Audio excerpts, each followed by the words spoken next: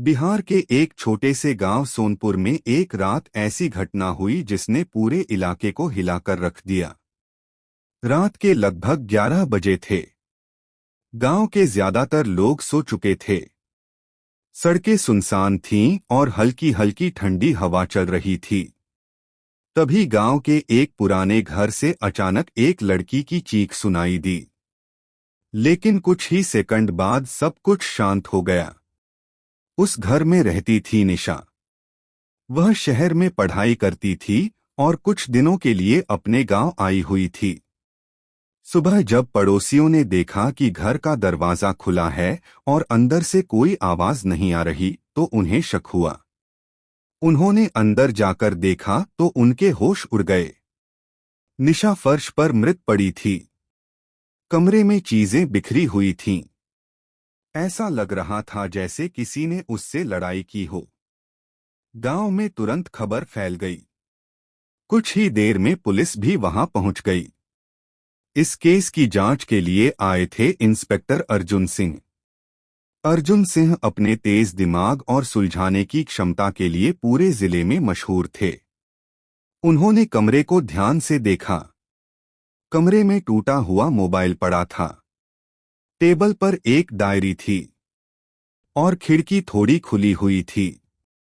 अर्जुन ने तुरंत मोबाइल उठाया और देखा।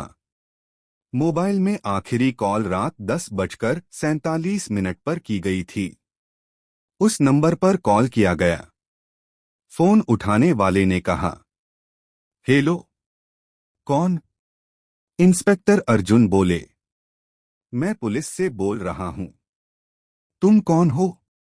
उधर से आवाज आई, मैं रवि बोल रहा हूं, निशा का दोस्त। क्या हुआ? अर्जुन ने रवि को तुरंत थाने बुला लिया। पहला शक। रवि थाने पहुंचा। वह काफी घबराया हुआ लग रहा था। अर्जुन ने पूछा, कल रात निशा ने तुम्हें क्यों फोन किया था? रवि बोला, सर, वह डरी हुई थी। उसने कहा था कि कोई उसका पीछा कर रहा है। अर्जुन ने पूछा, कौन?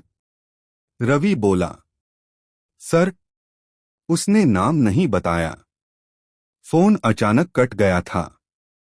यह सुनकर अर्जुन को मामला और भी रहस्यमय लगने लगा। डायरी का रहस्य। इंस्पेक्टर अर्जुन ने निशा की डायरी पढ़नी शुरू की। डायरी में कुछ अजीब बातें लिखी थीं। एक पेज पर लिखा था, मुझे लगता है कोई मुझे देख रहा है। दूसरे पेज पर लिखा था, अगर मुझे कुछ हो जाए तो उसके पीछे वही आदमी होगा। लेकिन उस आदमी का नाम कहीं नहीं लिखा था। अर्जुन सोच में पड़ गए। दूसरा सुराग। पुलिस ने पूरे गांव में पूछताछ शुरू की। तभी एक बूढ़े आदमी ने बताया, कल रात मैंने एक आदमी को उस घर के पास से भागते हुए देखा था। रहस्य अभी बाकी है। निशा की मौत के बाद गांव में सबको लगा कि अब मामला खत्म हो गया है। रवि और रमेश दोनों जेल में थे। पुलिस ने केस बंद करने की तैयारी भी शुरू कर दी थी। लेकिन इंस्पेक्टर अर्जुन सिंह के मन में अभी भी एक सवाल घूम रहा था। उन्हें बार बार निशा की डायरी का फटा हुआ पन्ना याद आ रहा था। उसमें लिखा था, मुझे अब सच पता चल गया है। असली खतरा रवि नहीं, बल्कि। लेकिन इसके आगे कुछ नहीं था। अर्जुन को लग रहा था कि कहानी अभी खत्म नहीं हुई है। जेल में पूछताछ। एक दिन अर्जुन ने फैसला किया कि वह फिर से रमेश से पूछताछ करेंगे। वह जेल पहुंचे और रमेश को सामने बैठाया। अर्जुन ने धीरे से पूछा, रमेश, सच सच बताओ, क्या इस सब के पीछे कोई और भी है? रमेश पहले चुप रहा, लेकिन कुछ देर बाद उसकी आंखों में डर दिखाई देने लगा। वह बोला, सर, अगर मैंने नाम बता दिया तो मैं जिंदा नहीं बचूंगा। अर्जुन बोले, अब तुम जेल में हो। सच बोलो, रमेश ने धीरे से कहा।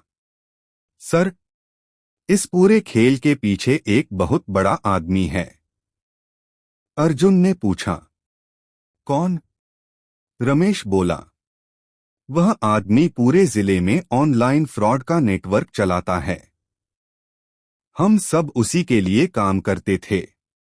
अर्जुन ने पूछा। नाम? रमेश बोला। लोग उसे बॉस कहते हैं। असली नाम कोई नहीं जानता। नया सुराग? अर्जुन को अब समझ आ गया कि यह सिर्फ एक हत्या का केस नहीं था। यह एक बड़े क्राइम नेटवर्क का मामला था। उन्होंने तुरंत साइबर टीम को बुलाया। निशा के मोबाइल और लैपटॉप की फिर से जांच की गई। तभी एक चौंकाने वाली चीज सामने आई।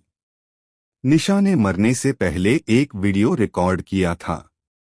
वीडियो में निशा बोल रही थी, अगर मेरे साथ कुछ हो जाए तो समझ लेना कि इसके पीछे वही लोग हैं जो ऑनलाइन लोगों से पैसे ठगते हैं।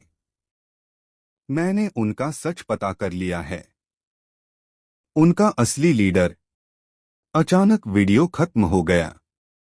किसी ने वीडियो का आखिरी हिस्सा डिलीट कर दिया था। रहस्यमय हमला। जांच चल ही रही थी कि एक रात इंस्पेक्टर अर्जुन पर हमला हो गया।